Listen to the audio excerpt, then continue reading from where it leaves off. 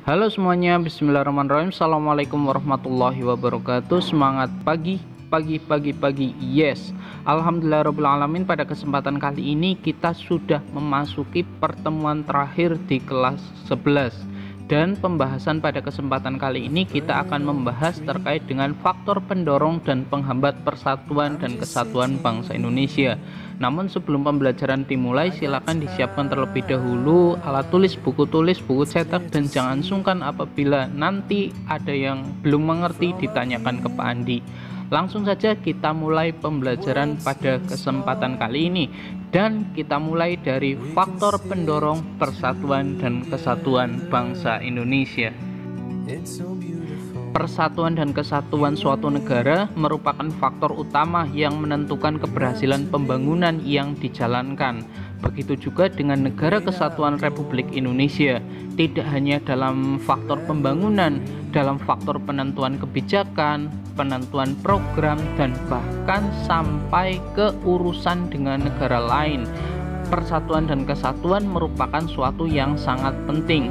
Bahkan saya katakan di sini persatuan dan kesatuan adalah suatu yang mutlak yang harus dimiliki oleh sebuah negara. Dalam garis besarnya, saya bagi ada 3 faktor yang dapat memperkuat persatuan dan kesatuan dalam Negara Kesatuan Republik Indonesia. Faktor yang pertama yaitu Sumpah Pemuda, kemudian yang kedua adalah Pancasila, dan yang terakhir adalah semboyan kita Bhinneka Tunggal Ika. Kita bahas satu-satu. Faktor yang pertama seperti yang Pak Andi bilang tadi adalah terkait dengan Sumpah Pemuda. Sumpah Pemuda itu menunjukkan kebulatan tekad dari seluruh pemuda Indonesia yang waktu itu digunakan untuk perjuangan bangsa dalam melawan penjajah. Siapa sih yang tidak tahu Sumpah Pemuda? Dari dulu kalian pasti sudah mempelajari ini. Isinya adalah yang pertama, mengaku bertumpah darah yang satu tanah air Indonesia, kemudian mengaku berbangsa yang satu bangsa Indonesia, dan yang ketiga menjunjung bahasa persatuan bahasa Indonesia.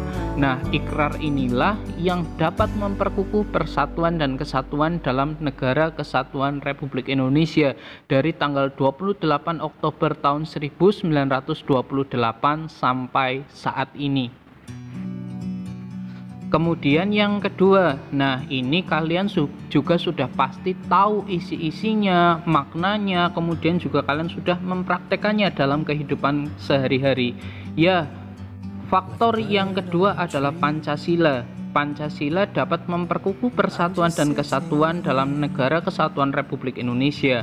Hal tersebut dikarenakan Pancasila bersifat universal atau menyeluruh, yang artinya adalah nilai-nilai Pancasila tidak diciptakan hanya untuk satu suku saja atau satu orang saja. Nilai ini berlaku atau diperuntukkan bagi agama apa saja, suku apa saja, budaya apa saja, dan juga untuk seluruh masyarakat Indonesia. Dengan demikian dapat dikatakan bahwa Pancasila dimiliki dan digunakan oleh semua unsur negara.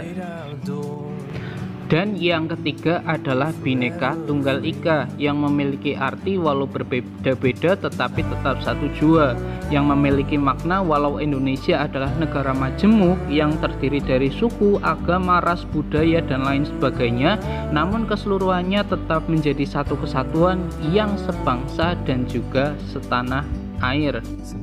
Kondisi dari bangsa Indonesia yang berbeda-beda tersebut dipersatukan salah satunya dengan melaksanakan makna semboyan Bhinneka Tunggal Ika. Jadi semboyan ini tidak hanya diucapkan saja tetapi kita laksanakan dalam kehidupan sehari-hari. Persatuan dan kesatuan bangsa Indonesia akan senantiasa terjaga jika nilai-nilai dalam semboyan Bhinneka Tunggal Ika selalu dilaksanakan oleh seluruh rakyat Indonesia dalam kehidupan kita, baik bermasyarakat, berkeluarga, maupun berbangsa dan bernegara.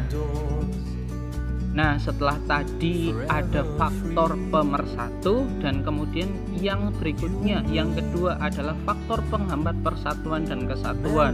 Yang pertama saya tuliskan di situ adalah kebinekaan atau keberagaman pada masyarakat Indonesia. Loh, katanya tadi sebagai pemersatu, kok sekarang juga dikatakan sebagai penghambat?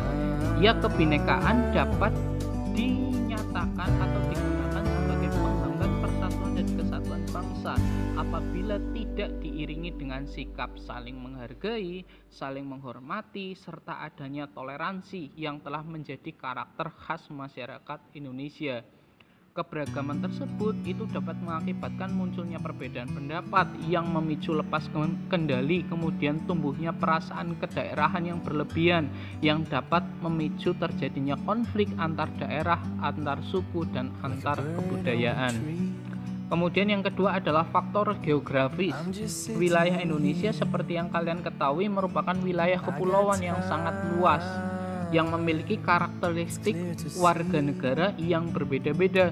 Kondisi ini dapat semakin memperlemah persatuan dan kesatuan bangsa apabila adanya ketimpangan dan ketidakmerataan pembangunan dari hasil yang sampai sekarang juga seperti kalian tahu belum dapat diatasi. Kemudian yang ketiga adalah munculnya etnosentrisme. Apa sih itu etnosentrisme? Etnosentrisme merupakan sikap menonjolkan kelebih-lebihan dari budayanya dan menganggap rendah kebudayaan suku bangsa lain. Hal tersebut apabila tidak diatasi tentu saja akan memperlemah persatuan dan kesatuan bangsa Indonesia. Kemudian yang keempat, melemahnya nilai-nilai kebudayaan bangsa. Nilai budaya tersebut dapat melemah akibat kuatnya pengaruh budaya asing yang tidak sesuai dengan kepribadian bangsa, baik melalui kontak langsung maupun secara tidak langsung, misalkan melalui media cetak, elektronik, internet, dan lain-lain. Kita lebih senang kebudayaan luar negeri ketimbang kebudayaan Indonesia. Dan kemudian yang terakhir adalah pembangunan yang tidak merata. Proses pembangunan yang terpusat di wilayah-wilayah tertentu saja, terutama ibu kota atau Pulau Jawa, itu dapat menimbulkan kesenjangan dalam berbagai bidang. Hal tersebut apabila tidak diselesaikan dapat memperlemah persatuan dan kesatuan bangsa Indonesia. Lah, itu pembelajaran yang kita laksanakan pada kesempatan kali ini. Untuk penugasan silakan kalian kerjakan uji kompetensi bab 6. Di situ ada 6 soal, silakan kalian pilih 3 soal saja yang menurut kalian penting, bebas mau nomor berapa saja. Kemudian dikumpulkan melalui Google Classroom masing-masing kelas, dan yang tidak memiliki kuota bisa dikumpulkan melalui WA pribadi. Dan untuk minggu depan kita sudah masuk ke ulangan harian bab yang terakhir. Terima kasih, tetap semangat. Billahi taufik walhidayah. Wassalamualaikum warahmatullahi wabarakatuh.